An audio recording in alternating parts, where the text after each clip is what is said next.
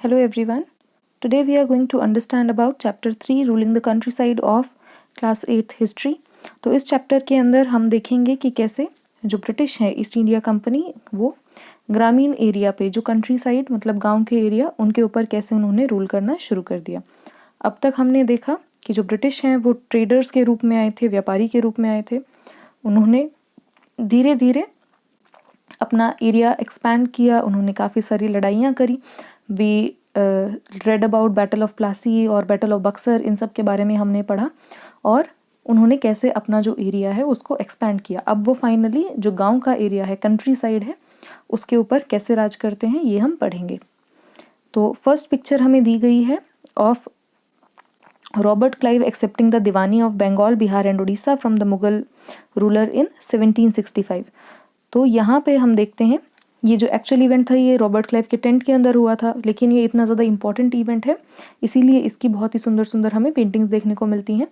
इसके अंदर जो मुगल रूलर हैं, उस टाइम के जो मुगल शासक थे, वो रॉबर्ट क्लाइव को दीवानी दे रहे हैं। दीवानी का मतलब होता है कि अब जो रॉबर्ट क्लाइव या फिर ईस्ट इंडिया कंपनी है वो बंगाल की, बिहार की और उड़ीसा की टैक्स कलेक्शन कर सकती है, मतलब वहाँ से टैक्स को इकट्ठा कर सकती है, कर वसूल सकती है।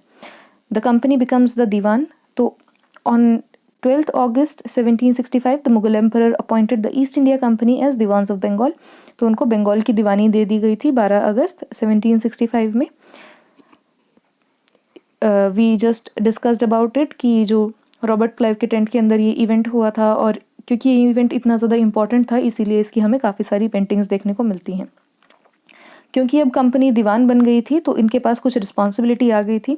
तो अब ये क्या कर सकते थे, they became the chief financial administrator of the territory under its control, कि जितना भी पैसे से रिलेटेड और कामकाज रिलेटेड जितने भी फैसले होंगे अब वो ईस्ट इंडिया कंपनी लेगी। Now it had to think of administrating the land and reorganising its revenue resources. अब कंपनी को ये सोचना था कि किस तरीके से वो अपना और भी ज़्यादा रेवेन्यू को इंक्रीज़ कर सके, किस तरीके से वो ज़्यादा से ज़्यादा पैसा कमा सके। और इस तरीके से उनको करना है कि जितने भी कंपनी के बढ़ते हुए खर्चे हैं उनको भी कवर अप कर सके, उनको एक्स्ट्रा पैसा नहीं खर्च करना पड़े और जितना भी रेवेन्यू आ रहा है उसी से वो अपने सारे खर्चे निकाल लें। A trading company had also to ensure that it could buy the products it needed and sell what it wanted. क्योंकि ये एक व्यापारी कंपनी थी, ये ट्रेड करती थी, तो इसको ये भी चीज़ ध्यान में रखनी थी कि जो भी ये चाहती थी कि खरीदना उसको बिल्कुल कम से कम दाम में खरीदे और जो भी चीज़ ये बेचना चाहे उसको इंडिया के अंदर या फिर जो बाहर बेचना चाहे उसको आराम से बेच सके। तो जितने टाइम हमने अभी देखा कि कंपनी जो है वो कितने, उन्होंने ऑलमोस्ट 200 साल रूल किया था इंडिया पे और उनको दीवानी मिलने से पहले उन्होंने ऑलमोस्ट 100 ईयर्स तक रूल किया है। तो अब क्या हुआ है, सो इट गॉट द दीवानी इन 1765। तो ऑलमोस्ट 50-60 साल इनको हो गए हैं यहाँ पे इंडिया पे रूल करते हुए। अब क्योंकि ये एलियन पावर है, लोगों ने ब्रिटिश को इतना देखा नहीं है, इतना ज़्यादा उनसे इन्वॉल्व नहीं है, तो क्या हुआ है कि ये समझ गए थे कि बिल्कुल एब्सोल्यूट कंट्रोल नहीं कर सकते हैं, इनको बहुत ही सोच समझ के इंडिया के लोगों से काम लेना पड़ेगा। अब क्या हुआ है, being an Indian power it needed to pacify those who had in past ruled the countryside and enjoyed authority and prestige. Those who held the local power had to be controlled but could not be entirely eliminated. तो इनको ये समझ में आ गया था कि जो पहले लोग थे, क्योंकि इंडिया के ऊपर तो पहले इंडियंस का ही रूल होता था, कोई भी नया राजा मतलब जो भी ये राजा बनेगा वो ऑब्वियसली इंडियन ही होगा, लेकिन अब जो ब्रिटिश हैं ये फॉरेन पावर्स हैं, मतलब लोग इनको जानते नहीं हैं, दूसरे देश के हैं, विदेशी हैं। तो अब इनकी बात कैसे माने, तो इन्होंने क्या सोचा कि जितने भी पुराने हमारे राजा हैं, पुराने जितने भी लोकल रूलर्स रहे हैं, हम उनको अपने कंट्रोल में ले लें, क्योंकि लोग उन पे भरोसा करते हैं और उनकी बात आराम से मान लेंगे। तो इसीलिए ब्रिटिश को लगा कि हमें भी क्या करना चाहिए, जो पुराने रूलर्स हैं हमें उनको कंट्रोल में लेना चाहिए। अगर वो हमारे कंट्रोल में आ जाते हैं तो लोग हमारी बात को आराम से मान पाएंगे। ये किस तरीके से किया उन्होंने वो हम देखते हैं। सो रेवेन्यू फॉर द कंपनी, अब कंपनी दीवान बन चुकी थी बंगाल की, तो उसको लगा कि अब हम बहुत सारा पैसा यहाँ से कमा सकते हैं। But it still saw itself primarily as a trader, लेकिन उनका मुख्य जो मोटिव था वो अपने आप को यहाँ का राजा नहीं समझ रहे थे, वो सोच रहे थे कि हम अभी भी व्यापारी हैं, हम व्यापार करने आए हैं। और व्यापारी क्या समझता है कि मैं जितना ज़्यादा प्रॉफिट कमा सकूं, जितना ज़्यादा मैं लाभ कमा सकूं, उसके लिए काम करूं। तो जो ये ईस्ट इंडिया कंपनी है, इन्होंने भी इसी तरीके से किया। It wanted a large revenue income but was unwilling to set up any regular system of assessment or collection. ये बस पैसा कमाना चाहती थी, ये नहीं चाहती थी कि हम कोई नया सिस्टम इंट्रोड्यूस करें, कोई ज़्यादा कामकाज के अंदर फंस जाएं। The effort was to increase the revenue as much as possible and to buy fine cotton and silk as cheaply as possible. तो ये चाहते थे कि हम बहुत ज़्यादा टैक्स कलेक्ट करें और जितना भी सामान है, जैसे कॉटन है, सिल्क है, बिल्कुल सस्ते दामों पे हम खरीद लें। तो 5 साल के अंदर ही क्या हुआ, जितना भी ये सामान पहले खरीदते थे, अब उन्होंने दुगना सामान खरीदना शुरू कर दिया। 1865 से पहले क्या होता था कि कंपनी को, क्योंकि इंडिया से सामान खरीद रही है, तो इंडिया को वो सोने और चांदी के सिक्कों में पेमेंट करते थे। लेकिन अब क्योंकि ये रेवेन्यू कलेक्ट कर रही हैं, अब ये इंडिया के लोगों से ही टैक्स वसूल रही हैं, तो उसी टैक्स से ये दोबारा से सामान खरीद लेते थे। मतलब इनको अब ब्रिटेन से सोना और चांदी नहीं मंगाना पड़ रहा था। Soon it was clear that the Bengal economy was facing a deep crisis. Bengal की इकोनॉमी का धीरे धीरे लोगों को पता लग गया कि बहुत ही ज़्यादा नष्ट होने वाली है, लोगों के पास पैसा नहीं है क्योंकि टैक्स इतने ज़्यादा बढ़ गए हैं। आर्टिजन्स वर डिजर्टिंग विलेज, जो आर्टिजन्स थे, जो कारीगर थे, वो अपने गांव छोड़ छोड़ के जाने लगे। और क्योंकि उनको फोर्स किया जाता था कि आपको अपना सामान बिल्कुल सस्ते दामों पे हमें, मतलब ईस्ट इंडिया कंपनी को बेचना है। और जो पेजेंट्स थे वो भी अनविलिंग थे क्योंकि वो टैक्सेस पे नहीं कर पाते थे, अब उनके पास पैसा नहीं है। फॉर एग्जांपल अगर हम आर्टिजन्स की बात करते हैं, तो आर्टिजन्स बिल्कुल सस्ते दामों पे अपना सामान बेच रहे हैं, उनके पास पैसा नहीं है, बहुत कम पैसा है, ना ही वो फिर अपना, अगर वो खेती भी कर रहे हैं अपने खेतों के अंदर, तो क्या होगा, उनके पास इनफ पैसा नहीं होगा कि वो सारे सप्लीमेंट्स ले पाएँ, वो बीज खरीद पाएँ या कुछ भी कर पाएँ। और अगर वो करते भी हैं, अगर उनकी खेती हो भी जाती है, तो उनको बहुत ही ज़्यादा फिर उसके ऊपर टैक्स पे करना पड़ रहा है। तो मतलब जो बंगाल के लोग थे वो इस टैक्स के चक्कर में बहुत ज़्यादा फंस गए थे। Artisanal production was in decline and agricultural cultivation showed science of collapse. तो जितने भी आर्टिजनल प्रोडक्शन होती थी, जितना भी ये बहुत अच्छा अच्छा काम होता था, कपड़े बनाने का या फिर वीविंग का, ये सारा काम जो है वो डिक्लाइन में चला गया था, मतलब बिल्कुल नष्ट हो गया था। और ऐसे ही जो हमारी एग्रीकल्चरल प्रोडक्शन थी, जो हमारी खेती से प्रोडक्शन होती थी, वो भी बिल्कुल ख़त्म होने की कगार पे थी। 1770 के अंदर एक बहुत ही टेरिबल फेमीन आई, मतलब यहाँ पे सूखा पड़ गया, भूखमरी बहुत ज़्यादा हो गई और ऑलमोस्ट 10 मिलियन पीपल, मतलब 1 करोड़ लोग जो हैं वो मर गए थे इस फेमीन के अंदर। अंग्रेज़ी सरकार जब थी यहाँ पे, तो उस टाइम पे बंगाल की पॉपुलेशन थी हमारी 30 मिलियन, तो 3 करोड़ लोग उस टाइम पे बंगाल में थे, जिसमें से 1 करोड़ लोग इस बहुत ही बुरी जो फेमीन थी, बहुत ही बुरा जो ये भूखमरी थी, इसके अंदर मर गए थे। Now you have this picture, इसके अंदर आपको बताया गया है अबाउट मुर्शिदाबाद। मुर्शिदाबाद की ये वीकली मार्केट है, इसके अंदर आप देख सकते हैं कि बहुत हर कोई अपना सामान बेच रहा है। ये है बिफोर दिस, जब हमने ये पढ़ा ना 1770 में फेमीन आई थी, ये उससे पहले की तस्वीरें हैं। Now we are going to read about the need to improve agriculture, कि हमें अब एग्रीकल्चर को इम्प्रूव करना है, उसको और भी ज़्यादा प्रॉफिटेबल कैसे बनाएं। इस सेगमेंट के अंदर हम देखने वाले हैं कि क्या क्या यहाँ पे इम्प्रूवमेंट हुई, ब्रिटिश ने क्या सोचा कि हम कैसे जो ये हमारी प्रॉब्लम है लैंड रेवेन्यू की, इसको कैसे फिक्स कर सकते हैं। तो we have this important person Charles Cornwallis, he was the governor general of India जब परमानेंट सेटल को इंट्रोड्यूस किया गया था। नाउ द क्वेश्चन इज कि परमानेंट सेटलमेंट क्या है। जब बंगाल के अंदर इतनी सारी दिक्कतें हो रही थी, so there came a question कि अब क्या किया जाए, लोगों के पास पैसा नहीं है, तो हमें क्या ऐसी पॉलिसी लानी चाहिए कि लोग जो हैं आराम से पैसा भी दें, उनके ऊपर बहुत ज़्यादा बर्डन भी ना हो और हमारा जो रेवेन्यू है वो इंक्रीज़ होता चला जाए। उन्होंने यहाँ पे ऑलमोस्ट 2 डेकेड्स तक डिस्कशन किया, 20 साल उन्होंने डिस्कशन किया और फाइनली एक सोल्यूशन आया जिसको उन्होंने नाम दिया परमानेंट सेटलमेंट। तो परमानेंट सेटलमेंट फाइनली 1793 के अंदर आई थी। इसके अंदर permanent settlement is a very very important question, so pay extra attention to this.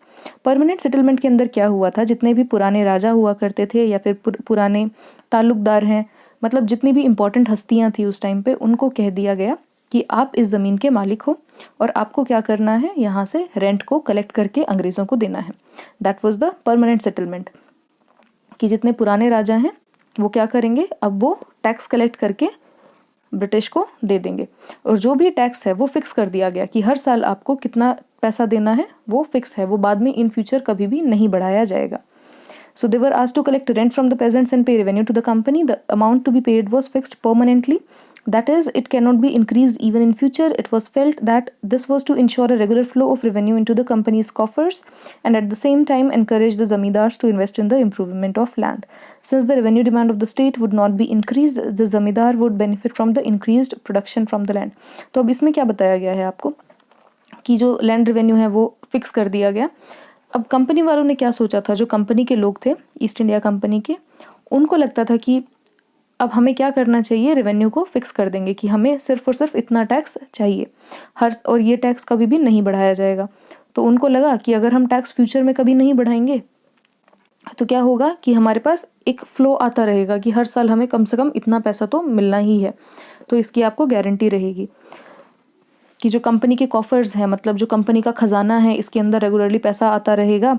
और जितना भी, अगर मान लो इन फ्यूचर लैंड बहुत अच्छा हो गया, खेती बहुत अच्छी हो गई, तो क्या होगा, ज़्यादा जो ज़मींदार है उसको फ़ायदा होगा और वो फिर लैंड के अंदर इन्वेस्ट करेगा, मतलब बहुत ही अच्छे से खेती को बढ़ावा देगा, लोगों को फैसिलिटीज़ देगा, जिससे कि लोग खुश हो जाएंगे और ज़्यादा से ज़्यादा टैक्स कलेक्ट होगा। मतलब जो टैक्स है वो फिक्स रहेगा, तो मतलब लोगों के ऊपर इतना ज़्यादा बर्डन नहीं आएगा टैक्स देने के लिए। प्रॉब्लम क्या थी इसके अंदर कि परमानेंट सेटलमेंट ने काफ़ी सारी प्रॉब्लम्स क्रिएट करी थी। तो सबसे पहली थी कि जो ज़मींदार थे वो इम्प्रूवमेंट, लैंड की इम्प्रूवमेंट के लिए कुछ भी काम नहीं कर रहे थे। अब वो काम क्यों नहीं कर रहे थे, क्योंकि जो टैक्स था, रेवेन्यू था, वो इनिशियली इन्होंने इतना ज़्यादा बढ़ा दिया कि अब इनको पता तो है ये कि हम फ्यूचर में नहीं बढ़ा सकते हैं टैक्स। तो इन्होंने क्या किया, शुरू में ही बहुत ज़्यादा बढ़ा दिया कि अगर फ्यूचर में हम नहीं बढ़ा रहे हैं तो हमें कोई नुकसान ना हो। तो अगर मान लो कोई 100 रुपये कमा रहा है, तो उनको अगर इसमें से 70 रुपये टैक्स के रूप में देने हैं, तो 30 रुपये में वो कहाँ से अपना काम चलाएगा। तो यही इनके साथ हुआ, जो पेजेंट्स थे बंगाल के। सो the permanent settlement, however, created problems. The company officials soon discovered that the zamindars were not in fact investing in the improvement of land. The revenue had to be fixed was so high that the zamindar found it difficult to pay. zamindar पैसा ही नहीं दे पाते थे revenue पे करने के लिए, और जो भी ज़मींदार पैसा पे नहीं करता था उसकी ज़मींदारी को छीन लिया जाता था। मतलब जो उसकी पावर थी रेवेन्यू कलेक्शन की, वो छीन ली जाती थी और फिर उसका ऑक्शन होता था। मतलब कि जो बाकी ज़मींदार हैं उनको बोला जाता था कि किसी को इस एरिया की ज़मींदारी चाहिए तो वो बोली लगा सकता है। ऑक्शन का मतलब होता है बोली लगाना। By the first decade of the 19th century the situation changed. मतलब जो अगले 10 साल थे उनके अंदर जो सिचुएशन थी वो बदल गई थी। लोग काफ़ी अच्छी खेती कर रहे थे और खेती के अंदर काफ़ी इंप्रूवमेंट हुई थी। तो क्या हुआ, this meant an increase in the income of the zamindars, कि अब जो ज़मींदार हैं उनकी इनकम के अंदर तो इम्प्रूवमेंट हो रही है क्योंकि वो टैक्स ले सकते हैं ज़्यादा, लेकिन कंपनी को उनको फिक्स देना है कि अब मान लो 120 रुपये की प्रोडक्शन हो रही है, तो ज़मींदार जो है वो ज़्यादा टैक्स ले सकता है। ठीक है, मान लो वो उनको बोलता है कि मुझे आप 50 रुपये देंगे, लेकिन कंपनी को जितना देना है, ज़मींदार कितना कंपनी को देगा, वो फिक्स है। ओके, तो परमानेंट सेटलमेंट के अंदर जो ज़मींदार पैसा देती है कंपनी को वो फिक्स है, लेकिन ज़मींदार अपनी मनमर्जी का टैक्स जो है वो वसूल सकता है। इन्होंने क्या देखा, this meant an increase in the income of zamindars but no gain for the company since it could not increase the revenue demand that has been fixed permanently. तो इसमें क्या हुआ, ज़मींदारों की तो इनकम बढ़ने लगी, लेकिन कंपनी जो है रेवेन्यू नहीं बढ़ा सकती है, तो उनकी इनकम के अंदर कोई भी फ़ायदा नहीं हुआ। तो जो ज़मींदार थे वो फिर भी, जब उनके पास इतना सारा पैसा आ रहा है, वो फिर भी लैंड को इम्प्रूव करने के लिए, ज़मीन को इम्प्रूव करने के लिए कोई भी पैसा नहीं लगा रहा था। ऐसा क्यों हुआ, क्योंकि बहुत सारे जो ज़मींदार थे वो पहले अपनी ज़मींदारी को खो चुके थे। तो अब उनको डर लगा रहता था कि हमसे तो ज़मींदारी के जो राइट्स हैं, टैक्स कलेक्शन का राइट है, ये पहले भी छीन चुका है। तो वो चाहते थे कि हम जितना ज़्यादा पैसा हो सके वो उतना ज़्यादा पैसा पहले कलेक्ट कर लें, और वो लैंड की इम्प्रूवमेंट के लिए अपना कोई भी पैसा नहीं देते थे। As long as the zamindar could give out the land to tenants and get rent, they were not interested in improving the land. तो जब तक ज़मींदारों को पैसा मिल रहा था और जो लोग हैं वो उन ज़मींदारों को टैक्स दे रहे थे, तब तक वो चाहते थे कि हम अपना जो प्रॉफिट है वो मैक्सिमाइज़ कर लें और ज़्यादा से ज़्यादा पैसा ले लें और वो लैंड के ऊपर, ज़मीन के ऊपर कोई भी पैसा नहीं लगा रहे थे।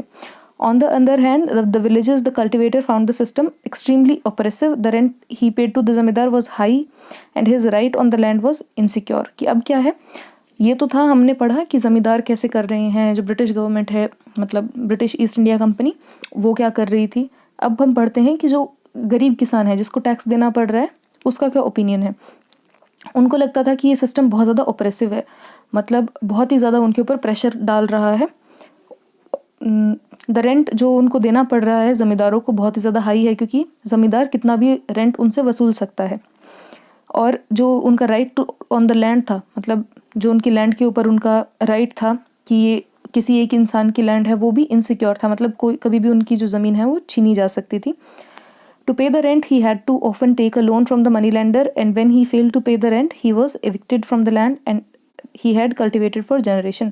तो अब कई बार उनको टैक्स देने के लिए, रेंट देने के लिए क्या करना पड़ता था, लोन भी लेना पड़ता था, कि उनके पास इतना ज़्यादा पैसा नहीं होता था कि वो अपना रेंट दे सके। इसके लिए वो लोन लेते थे, जो मनी लेंडर्स थे, मतलब पैसा देने वाले जो व्यक्ति थे गाँव में, अमीर व्यक्ति, उनसे वो पैसा लेते थे। और जब कभी भी वो अपना पैसा पूरा वापस नहीं लौटा पाते थे, तो जो ज़मींदार, जो ये मनी लेंडर है, पैसे देने वाला, जहाँ से इन्होंने पैसा लिया है, वो उनकी ज़मीन को हड़प लेता था, चाहे वो ज़मीन सदियों से उसी फैमिली की हो, लेकिन अगर उन्होंने वो पैसा पूरा वापस नहीं दिया तो वो सारी ज़मीन जो है मनी लेंडर की हो जाती थी। A new system is devised. We are going to see this topic tomorrow. If you have any doubts, you can ask in the comment section below. Also, like the video and comment your doubts. So that was today's lecture. Thank you. Have a nice day.